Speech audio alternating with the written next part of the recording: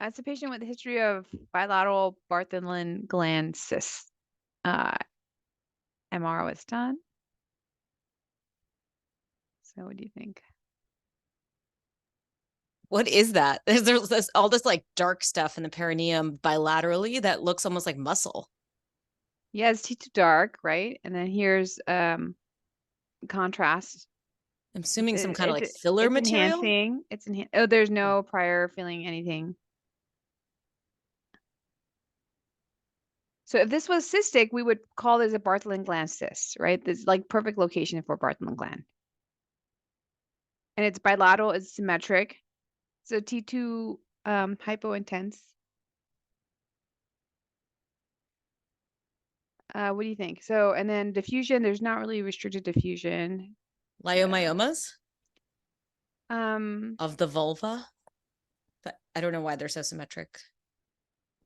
yeah, so that, yeah, I think that's a good thought. Let me give you the sagittal. I don't think it helps, but it can't hurt, I guess. Right there. Wait, it has like cystic spaces in it, but why It would does have cystic spaces. Yes. Yes. endometriosis down there? But can you give me the T1 pre? Yes, I'm going to use the T1 free.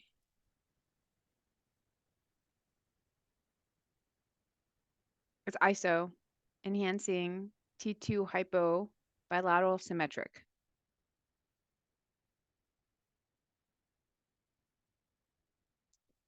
So I read this study and I actually didn't know what it was either. And believe it or not, I put this into ChatGPT and I described it. And it gave me a differential diagnosis. And one of the ones in the differential diagnosis was pathologically proven to be true. And this was Bartholin gland nodular hyperplasia. The other differential that was given was endometriosis. So let me show you. I was just gonna say, what the heck is Bartholin gland I hyperplasia? think it's rare. It's not common. So here's the Google's generative AI output. Rare benign solid lesion. It can present as firm, painful, cystic, nodular findings in the vulva, and they can grow and be irregular. And in certain case reviews, it mimics, malignancy, or in this case, aggressive angiomyxoma. And so it's definitely a mimicker. I think in this case, I gave a differential of that. I also gave endometriosis, like you mentioned, Aarti. Anyways, what was the other things that I mentioned? Like, oh, benign solid tumors like fibroadenomas. And then, anyways, it was resected and it was benign nodular hyperplasia with Bartholin gland bilaterally. Wow, that's awesome.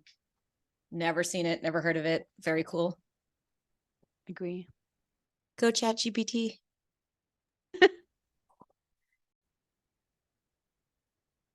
Okay, so focus on the retroperitoneum.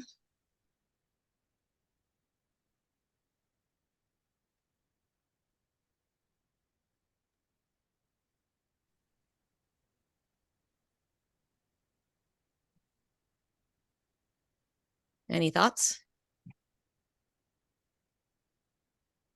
There's a retroperitoneal mass, not nodes or like confluent nodes, and it's encasing the vessels.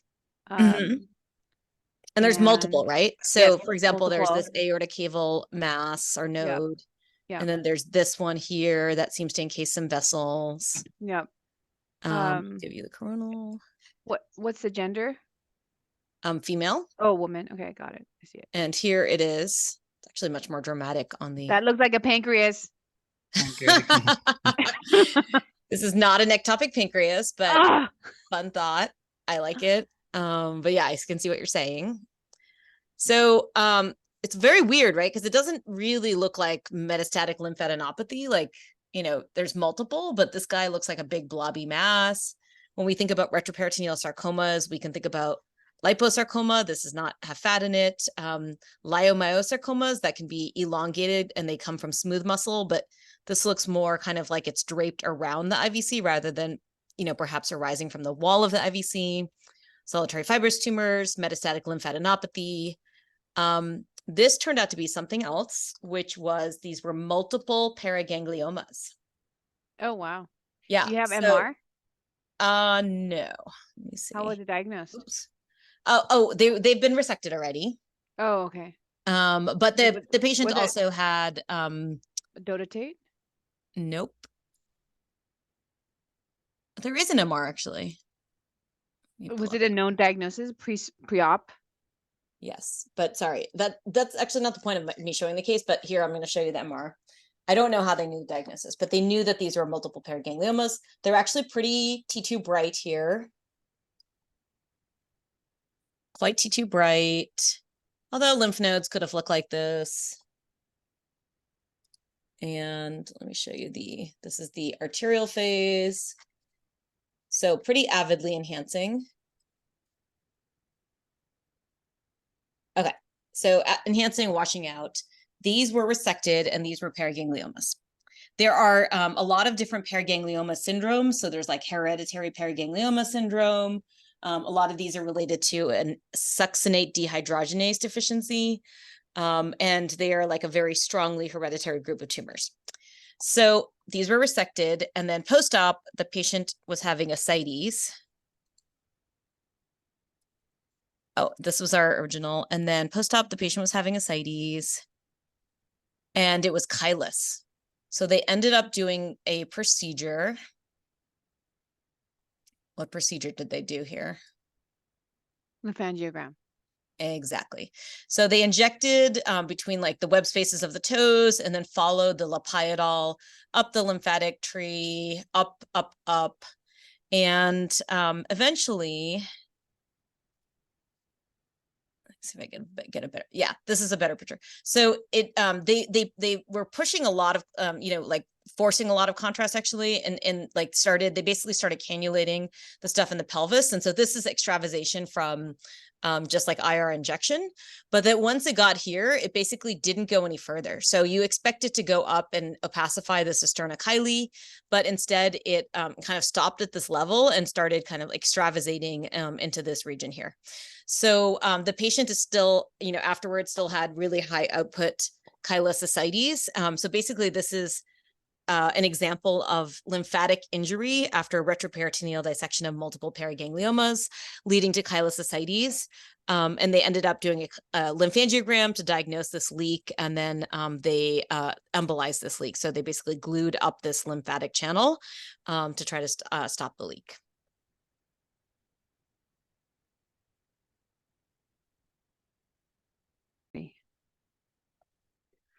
This is a patient who had positive beta HCG, and this was pelvic ultrasound done, the first ultrasound done. And we see this adnexal process here, and we called it, sorry, oh my gosh. We called ectopic pregnancy, tubal ectopic pregnancy, this finding here, thick-walled, and the patient had follow-up. Beta HCG was declining, and this is what the follow-up imaging showed several weeks later. What do you think about this? It's in the same location as this. Wow, it's grown a lot. Yes, and beta HCG has gone down dramatically. Like, is it a blood clot now? Like, is the follow-up, do you have like color Doppler or anything? Yes, I do have color Doppler, and I will share that in 2 seconds. Here's a color Doppler. Wow, it's very vascular. Mm-hmm. So it's not like just ruptured ectopic with hematoma. Molar ectopic, but molar ectopic would have a high HCG. So HCG was like it peaked at 4,000, and then at the time of the study it was close to 3,000, low 3,000 at the time of the second ultrasound. So it dropped from a high of low 4,000 to low 3,000. So it's still high. It was actually, I I'm think sorry, I'm still concerned about an ectopic. it peaked at 12,000. Sorry, it peaked at 12,000, around 12,000, like low 12,000.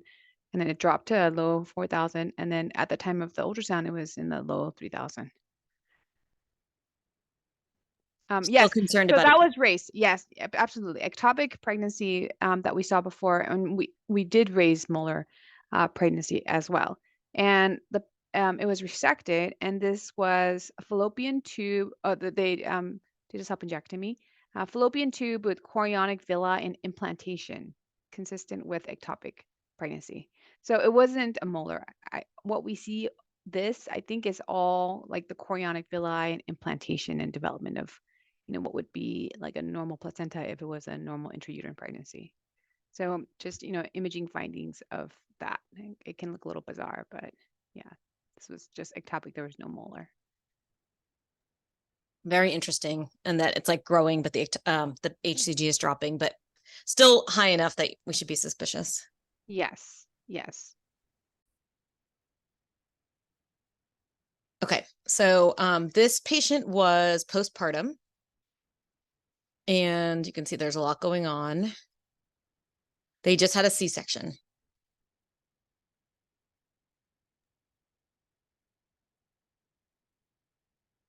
So post C-section, you shouldn't really say too much about the uterus because it can look very abnormal. In this case, it has a lot of all this air in it, which is just from the C-section scar. It can be really boggy. But also there was pretty all this kind of, hyperdense. Yeah, it's like yeah, there was like, hemoperitoneum. yep, there's hemoperitoneum. And so this was actually a CTA. It's not like the best one. The patient is a little bit larger, and so it didn't pacify the vessels that well. But we were looking for active extravasation to explain the hemoperitoneum. We saw like some kind of wispy vessels here, but nothing that we could definitely say was active extravasation. And on the more delayed phase, it wasn't really spreading out. They ended up going to angio, and on angio, they weren't really able to get well into the uterine vessels. It was really tortuous, but they injected the internal iliacs and did not see any active extravasation. They ended up gel foaming the internal iliacs, which is where the uterine arteries arise from.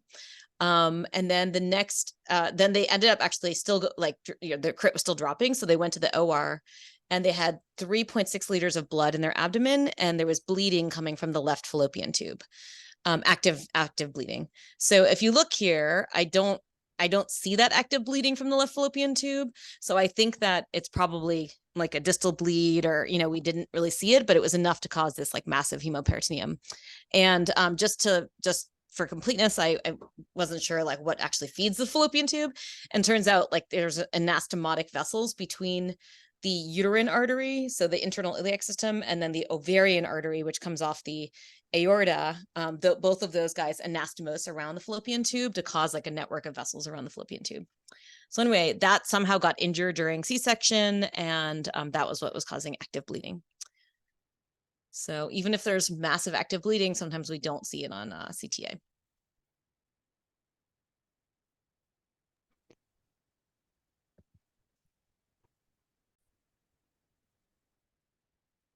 This is a patient with known diagnosis of primary sclerosing cholangitis and autoimmune hepatitis, had a liver transplant. And pre-liver transplant had, I actually have had these pancreatic cysts for a while that we've been following. So here's the MRCP images here. Some of the cysts have, layering debris like this you see here. The pancreatic duct, it's not dilated, and there's no communication with the cyst and the duct.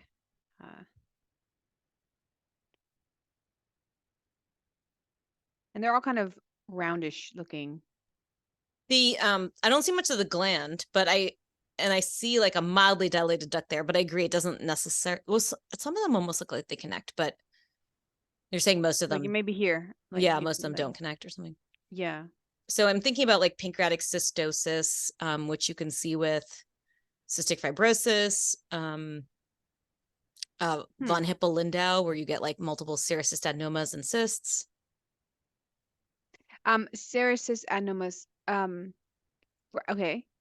So one of the things that was raised in the differential diagnosis for this case was epithelial pancreatic cysts, which I don't really ever think about. But that's something that we should be in the differential diagnosis if we have kind of a simple appearing cyst that doesn't communicate with the pancreatic duct. They can grow, and these are true epithelial cysts. So they have, epithelial lining, and there's no communication with the duct. This case also has, areas where there's been kind of hemorrhagic layering and stuff like that over time and whatnot. I think it can happen just like with any epithelial cyst, but that was one of the, differential considerations that, as I mentioned, I don't really ever think about, but good to know and keep in mind. Can you tell me more about the cystoides, or what did you say? In patients Oh, with just cystic pancreatic fibrosis? cystosis, which like is just a general term for like when you've got tons of cysts. And then when I see that, I think about cystic fibrosis. That's one situation where you can get either complete fatty replacement of your pancreas, or you can get lots of cysts. And then von Hippel-Lindau, where you would see lots of cysts in the pancreas, but also serous adenomas, neuroendocrine tumors, and then also renal lesions like cystic, renal cysts, as well as cystic RCCs in the kidneys. This one didn't look like there's any renal stuff, but whenever you have tons of cysts in the pancreas, you have to think about von Hippel-Lindau too. And then when you say epithelial cysts, those do exist, but they're thought to be rare, which is why so many cases when we see a cyst, we say like a presumed IPMN, because unlike the kidney and the liver that have a lot of epithelial cysts, the pancreas is it's not thought to be as common. Yeah. And then one more thing to think about is lymphoepithelial cysts, which are seen more commonly in HIV. So they get that, I think, in the parotid, but also in the pancreas. Awesome. What were you showing the picture? Or you were just like, Oh, those were the cases of pancreatic cystosis got it. from Google. There's various case reports and some. Yeah. So like it says cystic fibrosis. And... Well, I mean, that was the Google search, but just other examples of pancreatic cystosis. Okay. So this case is about the liver. It's an older female patient. And we can see that there's multiple kind of intermediate signal masses in the liver. They've kind of got a central scar to them. Here it is on the spare. So they're standing out a little bit more, but like intermediate, definitely like evil gray. They're not super bright like a cyst or hemangioma. They don't blend in like an FNH. Older patients, so not thinking adenoma. So primarily thinking like, could these be metastatic disease? This patient did not have a primary. I'll show you this is the pre. Oops. There's the pre-contrast. Arterial phase, kind of hard to see. So they're not really arterial enhancing. So neuroendocrine tumor could have been on the differential. Those tend to be arterial enhancing. This is the venous phase. It reminds me of my case of pleosis. Peleosis? Peleosis. Yeah. Great thought. We can see peleosis in patients who have HIV, oral contraceptives. I would still recommend biopsy, or if it's growing, or if we don't have priors, or at least a close follow-up. Yep. And then one thing I want to point out is that these lesions have vessels going through them, which is kind of a clue. So when I see that, anything else you think about? Focal fat. Good. So focal fat, definitely. And then another big one is lymphoma. Lymphoma. They tend to be more infiltrative, allow the vessel, like grow around the vessels rather than displacing them. This is the delayed phase where they're kind of like just, enhancing more, but on that venous phase, and then, so they do restrict diffusion. So anyway, we biopsied them. One other thing we thought about was epithelioid hemangioendothelioma. Oh yeah, that's a good one. Because it was targetoid, it one of them caused capsular retraction. Those tend to be in younger females, peripheral, targetoid. Anyway, this was biopsied and it came back sarcoid. So Wow. yeah. And I just want to show you a paper that so 70% of patients with sarcoid will have liver involvement, but it's often not able to be visualized on imaging. When it is visualized, you might see hepatomegaly. And then the next most common pattern is like small little nodules. And then least common is like large masses like this. But this is a case report from AJR, where you can see that there's these large kind of blobby masses with Just vessels like going it. through them. Very similar to our case. So this was hepatic sarcoid, large confluent lesions mimicking malignancy. And they're actually thought to be like a number of confluent granulomas. So, were there retroperitoneal lymph nodes and splenic lesions as well? No, I this mean, case? that was the interesting thing here. Okay. Actually, is this there's a splenic lesion. Oh, Let me look at that more carefully. I did not read this case, but let's see. Is there something in the spleen? But anyway, the interesting thing is, for example, the chest CT did not have like the classic 1, 2, 3 lymphadenopathy or even like the nodules of sarcoidosis. So this was really like a liver dominant process. But the rest of the spleen didn't look normal. I'd have to look more about this. I don't know what's going on up here, but anyway, yeah, that was the case.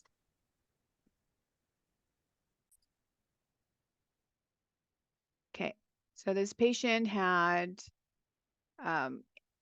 incidental renal mass that was seen on CT chest, and they recommended abdomen and pelvis imaging.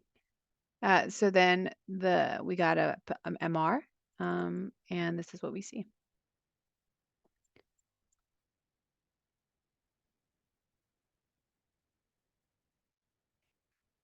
So here's an axial.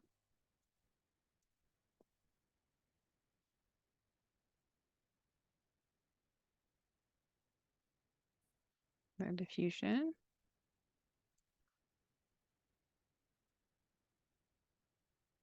ADC. And then we have post-con. So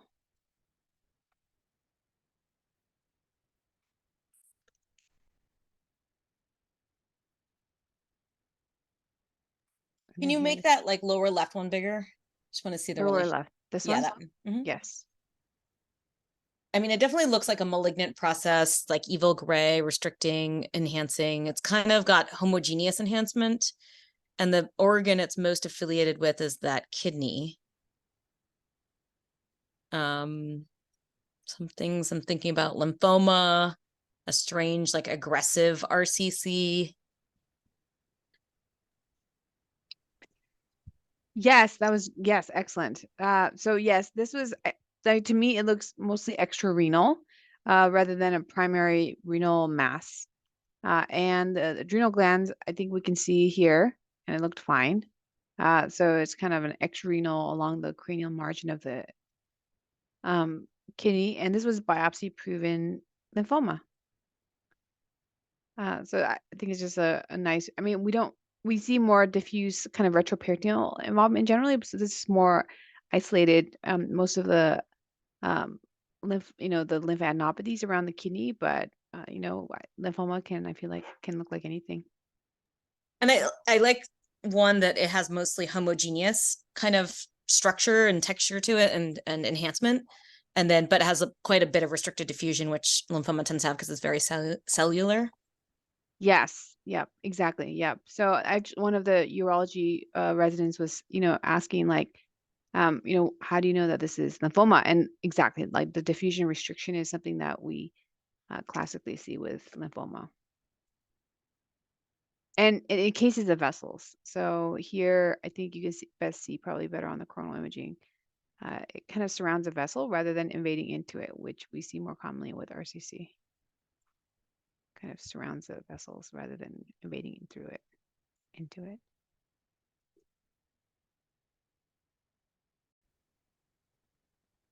Okay, so this is a patient who had SMV to portal vein stent, and then actually had some portal venous thrombus. And IR went in and did a trans-splenic access of the splenic vein and portal vein, and tried to remove the thrombus. And when they were leaving, they left this behind. This is the marking of an Amplatzer plug, which is basically to plug up the hole that they made when they did this trans-splenic access, which is kind of not that uncommon these days to get into the portal vein. So on this post scan, my fellow astutely recognized that separate from the spleen here, there was like this kind of heterogeneous hyperdense material in the subdiaphragmatic space. And they were concerned about that this was a hematoma and that there was bleeding here. It's blending in with the spleen, which is why I thought this was a great call. You can't really see it well, but anyway, they thought this was potentially hemoperitoneum and hematoma. So the patient ended up getting a CT angiogram, and we did a non-con, arterial, and venous phase. So here's our spleen. This is the arterial phase. We see our Amplatzer plug, and we do not see any active extravasation. And then on our venous phase, you can see that there is active extravasation here. So basically, even though we put that Amplatzer plug in from that access site, there was a vein of the spleen or splenic capsule that was actively bleeding and causing this hemoperitoneum here. So then IR went in. Yeah, hold on. Let me just stop recording for 1 sec. So IR went in, did this beautiful angiogram. We've got the splenic artery here and all the branches. And on the arterial phase, there was no active extravasation. And actually, this beautifully shows all the branches going to the pancreas too. Beautiful. And then as we get into our more, equilibrium phase, we can see the venous extrav right there.